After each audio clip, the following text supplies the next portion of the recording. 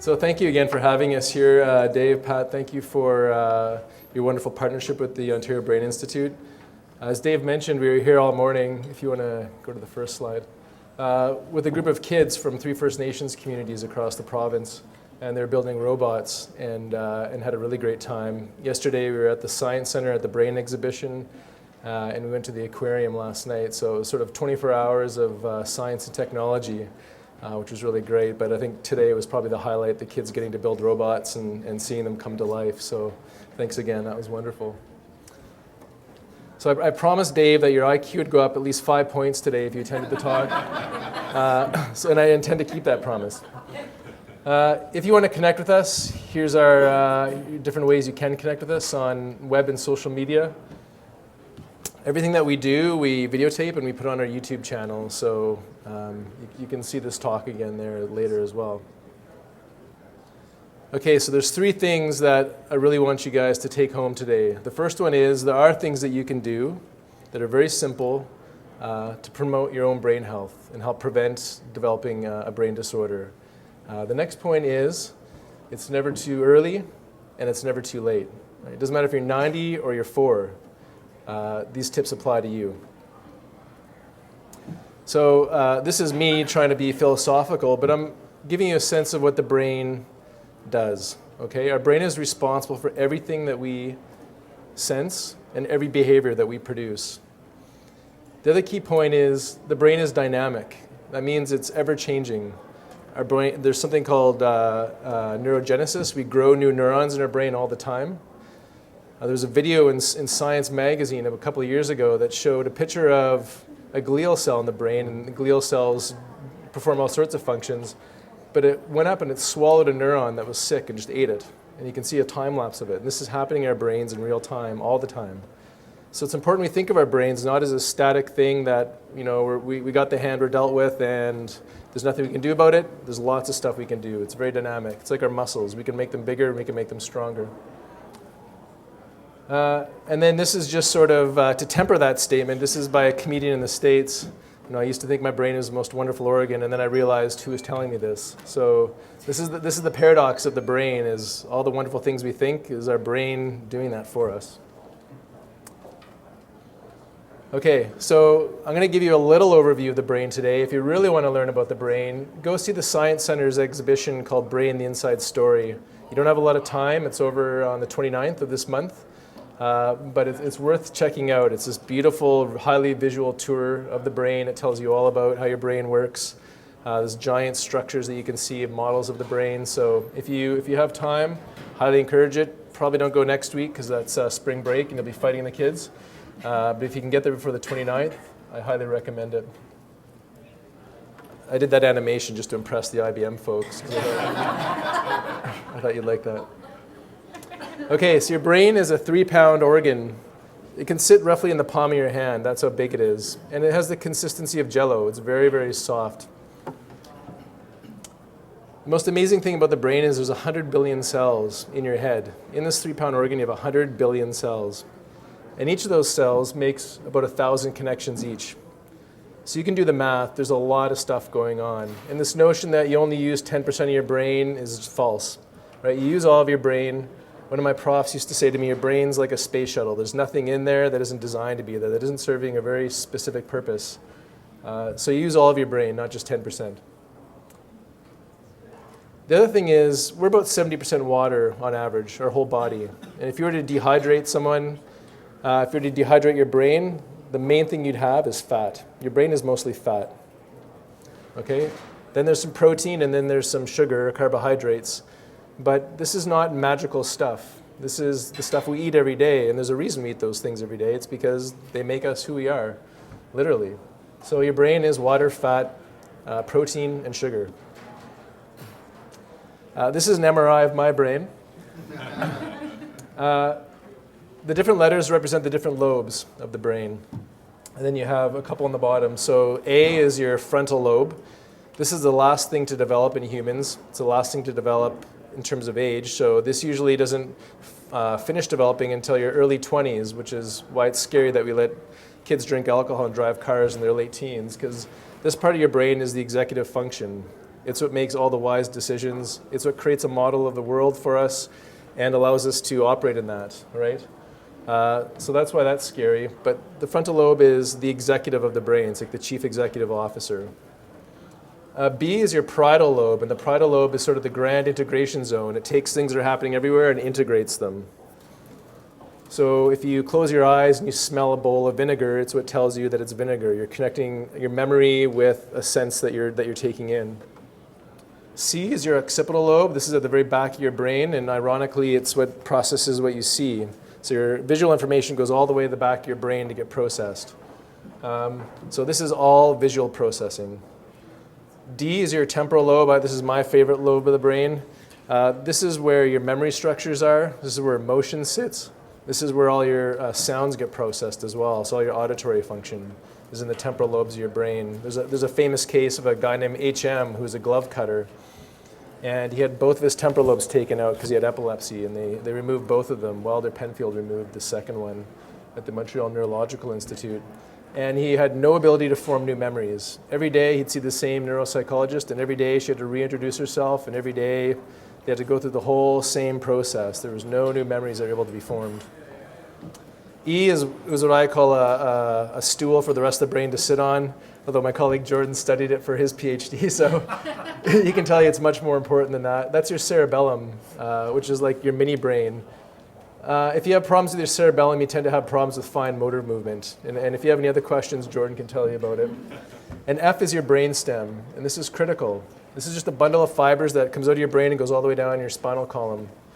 If you break your back, or if you break your bones in your back, that's one thing. When you damage this, that's when you get things like paraplegia, hemiplegia, and you actually have motor problems, because it's just a bundle of nerves going all the way down.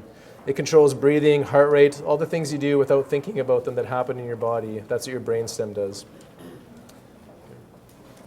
This is what a normal brain looks like. A few things. Again, it's sort of a jelly-like mass. You can see all the blood vessels on it. The brain is the most highly perfused organ in the body, right? So it's about 3% of your body weight, and it consumes about 25 to 30% of your body's energy. So it's an energy hog. I had to include this. This is from my thesis. This is an electron micrograph of a single cell, of a pyramidal neuron in the area that controls memory in your brain, in the hippocampus. And the circle in the middle is the nucleus of the cell. So you can get a sense how big that is. That bar on the bottom is 2 microns, so 2/1000ths of a meter. So this is what we have, 100 billion of in our head. So like any other part of our body, some of our brains are better doing some things than others. Some of us might be more artistic. Some of us might be really good at math. Some of us might be, quick-witted and funny. But there's variation between all of us in how our brains work. And it's because of our genes, and it's because of the way we were raised. The other thing to say is our brain actually ages like the rest of our body, right? So we think about our skin getting old. Is everything okay? Oh, you go back? You jumped the gun. Okay. Our brains age like the rest of our bodies do. So they get old and they become less efficient. And our brains can develop disease like the rest of our bodies can. We can develop liver disease, we can develop heart disease, we can develop brain disease. So it's important to think about our brains in these terms. It sort of seems to be sort of cast aside when we talk about different diseases. We think about our hearts. So part of my talk today is to get us thinking about our brain and our brain health. So this is a poll I usually do whenever I give a talk around brain health. Here's a list of some of the more common brain disorders, not all of them, but some of them. So you have Parkinson's disease, epilepsy, chronic pain, which is a brain disorder, autism spectrum, ADHD, schizophrenia, Alzheimer's, migraine. You can see the list. What I usually ask people to do is if you don't know someone in your sort of immediate inner circle, your family members, your children, your grandparents, and your inner circle of friends, if you don't know someone that has one of these disorders, raise your hand. There's one hand, 2 hands. You people need to have lots of kids. Most people know someone who has had a brain condition. That doesn't include addiction, that doesn't include traumatic brain injury. There's a lot more very common brain disorders and injuries. And 1 in 3 of us will have a brain disorder or injury in our lifetimes. These are very common things. And we tend to talk about them like they're totally distinct and have no relationship, but they're all within this little 3-pound organ in our head. So one of the things we say at work is there's no clear water between autism and ADHD or between epilepsy and cerebral palsy. Right? These are all related in some way, shape, or form, and how can they not be? They're connected by those 100 billion cells in our head, right? So there's over 200 brain disorders. Some of them are very unique and exotic, and some of them are very common. So the common ones I've listed here, you have Alzheimer's disease. Addiction is a brain disorder, and it's important that we think about it as a brain disorder. We tend to externalize it and talk about it like it's a social problem or you're just being weak or something. There is an actual physiological component to it. There's really rare disorders, so I wrote GLUT1 deficiency here, which probably not many of you have heard about. But just so you know, there's a lot of these things. For many brain conditions, we don't have treatments. We don't have good drugs that work. We don't have good tools that we can use. For some of them, we do. And even in the treatments, so even epilepsy, which is my research background, we have pretty good drugs. And about 70% of people with epilepsy will respond to those drugs, but about 30% won't. So there's always a group of people that doesn't respond well, and those people tend to lead very difficult lives. Right? They're underemployed, they usually can't drive, they usually have poor social structures, and it's a big concern. So there's a lot of research being done to try and develop new treatments and techniques. So so it's not a totally depressing talk, I included a few things here that are on the horizon that are, I think, really promising and exciting. There's magnetic brain stimulation for depression, which is really showing to be very effective. So people that don't respond to drugs for depression can go and get magnetic stimulation of their brain. So it's not invasive, it's just a electromagnet that they put over your brain and it stimulates. And they're finding about half of people that get that done can become asymptomatic. In epilepsy, there's a ton of new drugs and a bunch of new diet treatments that are coming down the pipeline. So they're looking at, for example, fish oil to treat epilepsy, high-dose omega-3 polyunsaturated fatty acids. For Parkinson's disease, there's deep brain stimulation, and a little plug here for work. On March 24th, OBI is hosting a public talk at Bloor Hot Dog Cinema, and we're going to have 3 speakers. One of them is going to be Andy Barry, and if you listen to the CBC, you'll know who Andy Barry is. He used to do Metro Morning before Matt Galloway, and he had to quit because he has Parkinson's disease, and it got to the point where he couldn't do his job. He since has had deep brain stimulation, so he had electrodes implanted in his brain that's stimulating his brain, and he has a new lease on life. So he's going to be one of our speakers, and he's going to be talking about life with Parkinson's disease. So March 24th, you can go to our website and check it out if you want. Tickets are free. It'd be great to have you guys. And there's all sorts of gene therapies, and Jordan told me about this. If you have questions about gene therapies, you got to talk to Jordan about it, because I know nothing about it. Okay, so this is what we really came here to talk about, was what you can do to maximize your brain health. So here we have a guy at the counter saying, "I'd like an ounce of prevention, please." So when we talk about brain health, there's 5 things we can do, and these are going to look very similar because they're the same things you can do for heart health, they're the same things you can do for kidney health, they're the same things you can do for pretty much any kind of health, right? These are the things that keep us healthy. So sleep, stress, diet, brain training, which is maybe a little unique to brain, and then physical activity. And I'll talk a little bit more about physical activity because it's where we have the most evidence, but I'll cover all these. So the first one we're going to talk about is sleep. The first thing to say is we need to sleep. A lot of people think, why do we sleep? There's a lot of research around, do we actually need to sleep? Why is it that for 8 hours or any given day we close our eyes and lay on a bed? If you don't sleep, and you don't sleep for a long enough time, you'll die. And it can be a number of causes. One of them is hypothermia. Your body just stops regulating all the things it normally regulates. You're not controlling temperature anymore. You're not controlling your heart rate anymore. So we need to sleep. We know a lot of things about sleep. If you don't sleep properly, it exacerbates any brain disorders that you may already have. So we also know that's important.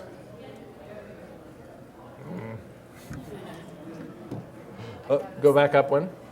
Not enough sleep. Up. That's it. The other thing to say is that learning and memory problems are more common in people that don't sleep regularly than they are in people that do sleep regularly. So when you do sleep, there's a consolidation process that happens. Your brain's going through everything it's experienced that day, everything it's learned that day, It's sort of like defragging your hard drive. It's sort of putting things where it needs to go and making sense of everything so that when you go to access it the next day, it all makes sense. So what can you do? So all these different things, I'm going to talk about what science tells us and then what you can do. So this is something all of our parents have told us. It's something we've known since we were 3 years old. You need to get 7 to 8 hours of sleep a night. There's some variation. Some people need less, some people need more. But generally speaking, you need to get sleep. And if you don't, it affects your performance. No one wants to hear this, but drinking in the evening actually affects your sleep, even as early as 5 o'clock. I was showing this to a friend, and she was saying, "Oh, what are we supposed to drink at breakfast time? Like, when are we supposed to drink?"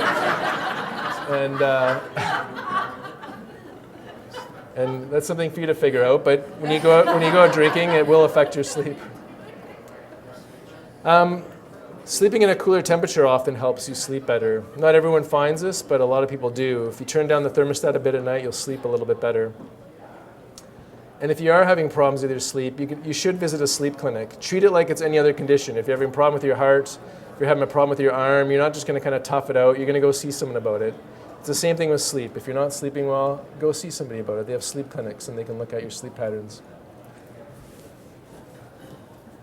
I tried to have a bit of a witty quote between each chapter here. This next one's on stress. I'll just give you a second to read it. So this is Winston Churchill reflecting on the fact we stress about so much stuff that just doesn't happen. We worry about things hypothetically as opposed to things that actually happen. And I think there's a really important message in that. So the purpose of this graph, this is, of course, a beautiful Gaussian curve. On the bottom, you have levels of stress. So the closer to me you get, the more stressed you are. The farther away from me you are, the less stressed you are, which may be true in real life. And the other one is performance. The higher you go, the better you perform, and the lower you go, the worse you're performing. Everybody has a slightly different curve here. Some people need a lot of stress to be able to perform in life. If you have too little, you can just be apathetic, lethargic. You may have a hard time motivating yourself. But the point here is if you have too much stress, you also lose function and you perform more poorly.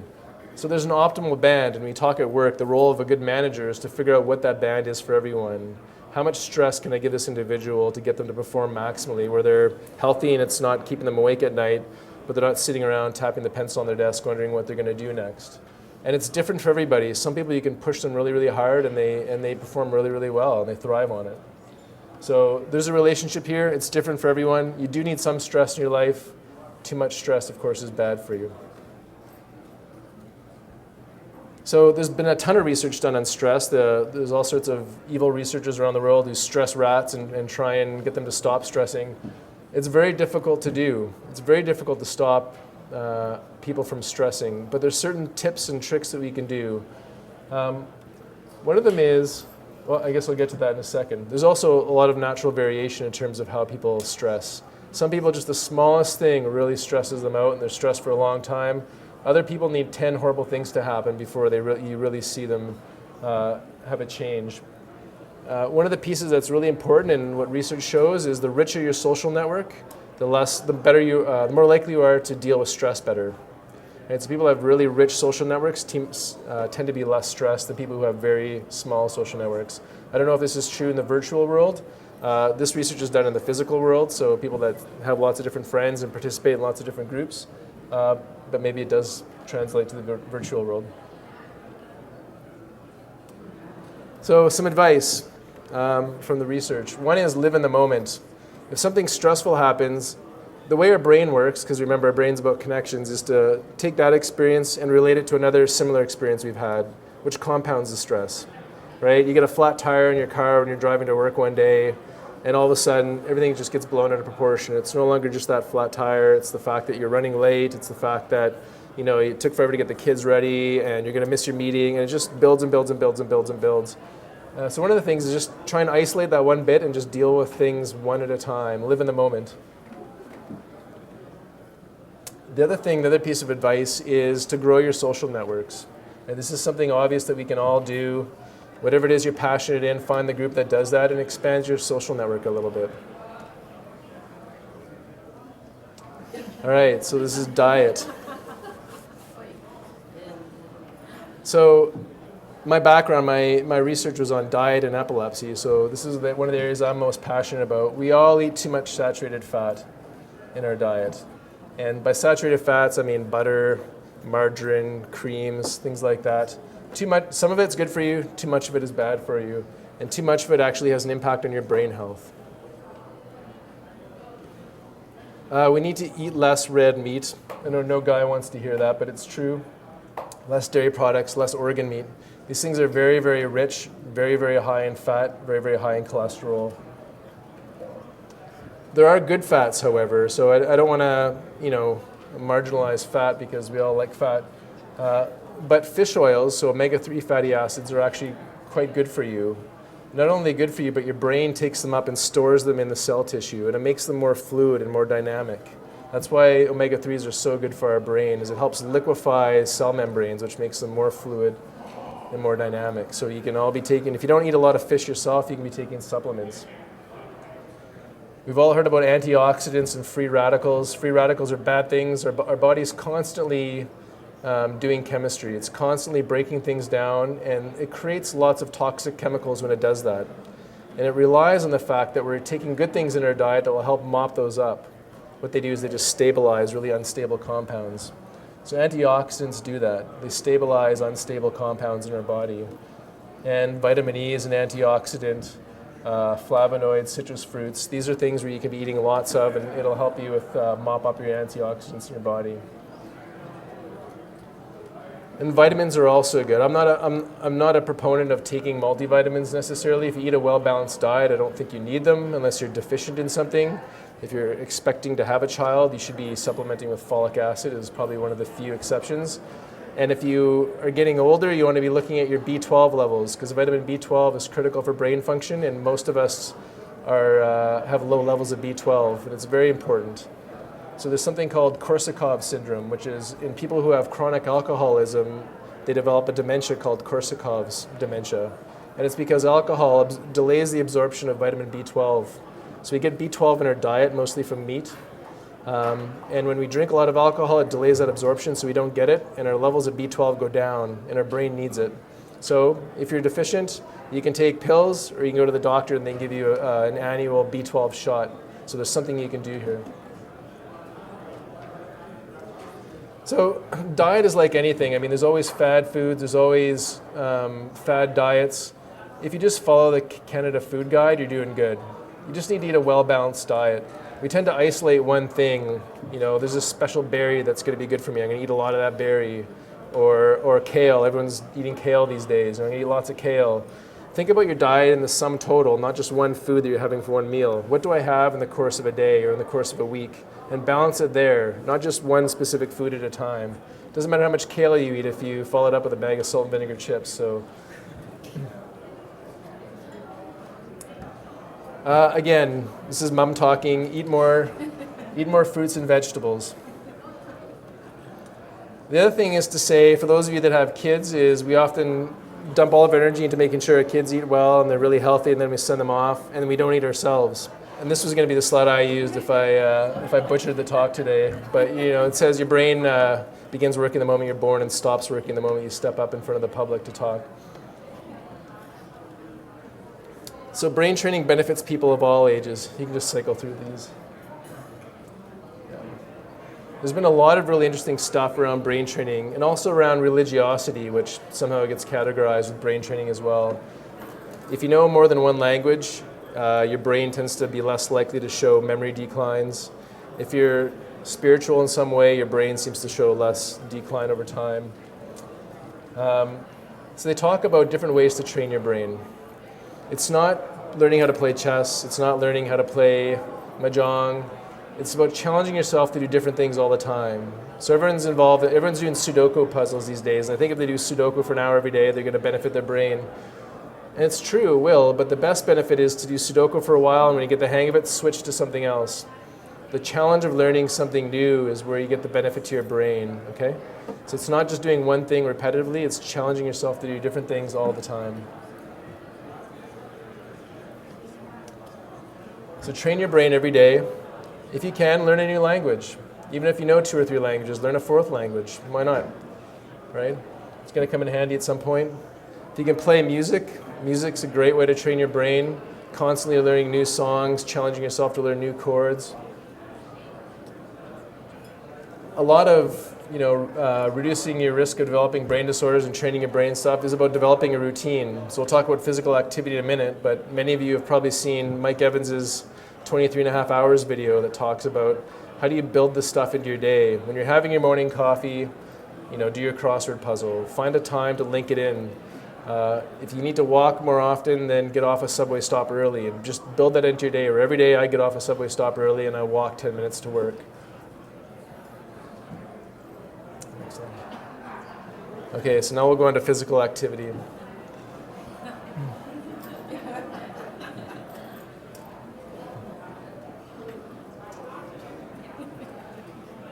So physical activity is really one of the best things you can do for brain health. It's also one of the best things you can do for heart health. It's one of the best things you can do for bone health. It's one of the best things you can do for muscle health.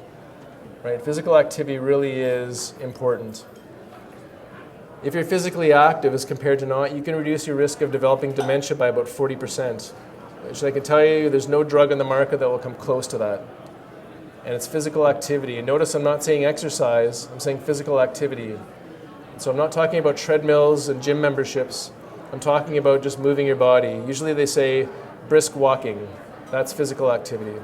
Right? Gardening is physical activity. Fixing the car is physical activity. You're moving your body. One of the really cool things about physical activity is it promotes neurogenesis, which is the growth of new cells in the brain.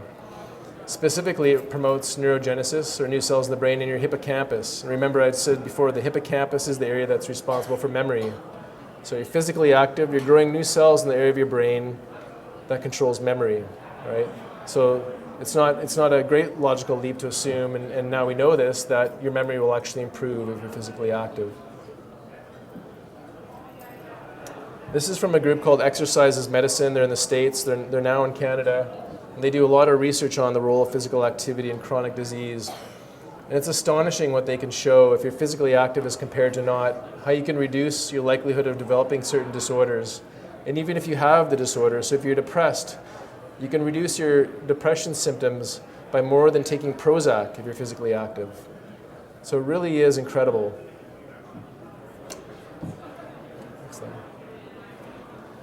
So how are we doing at physical activity? And this is the sort of lecturing moment here.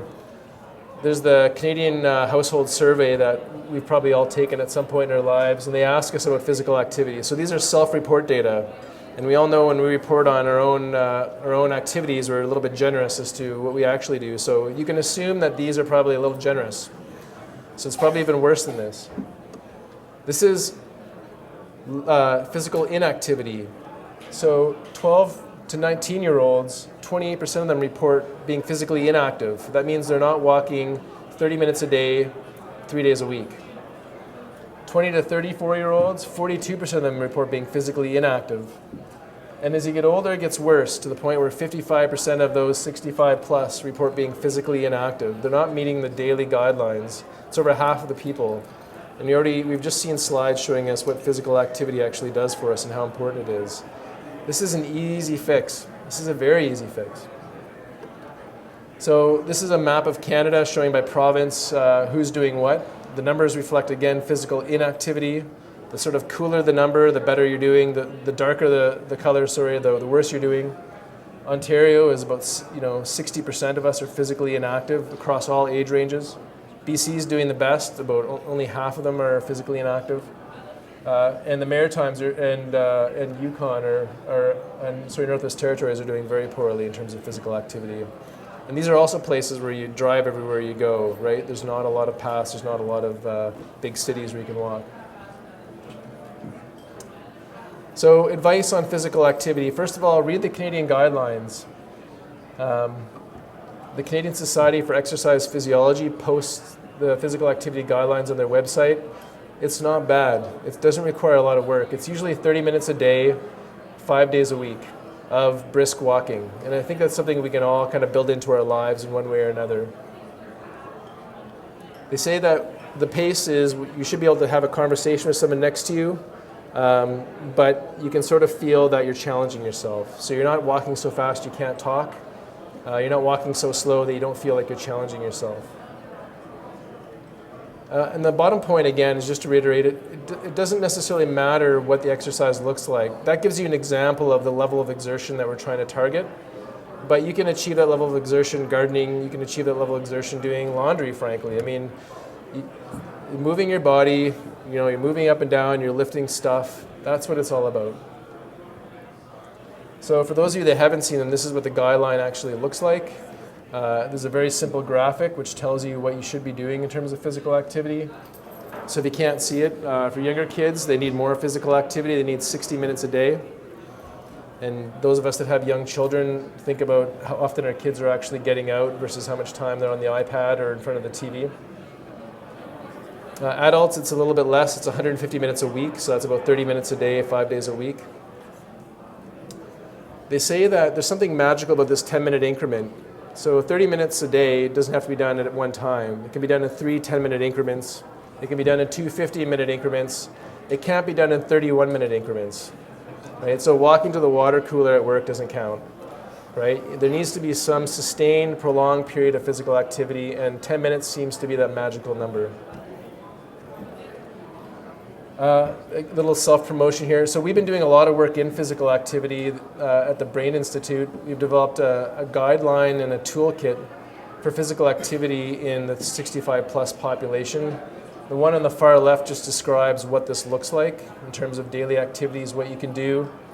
The one in the middle is a little calendar, and it's designed for people with dementia, and we piloted it with the Alzheimer's Society of Ontario. It goes on the fridge, you write out what you're going to do for physical activity every day, and you just follow it. And then the one on the far right is the Minds in Motion program, which is run by the Alzheimer's Society. And it gets people with dementia out once a week for physical activity and socializing. The best thing you can do is combination therapy. I'm a pharmacologist by training, and we love combination therapies. But combination therapy is here in the sense of things you can do. Don't just do physical activity. Don't just do brain training. Don't just do diet. Think about how you can combine them all together.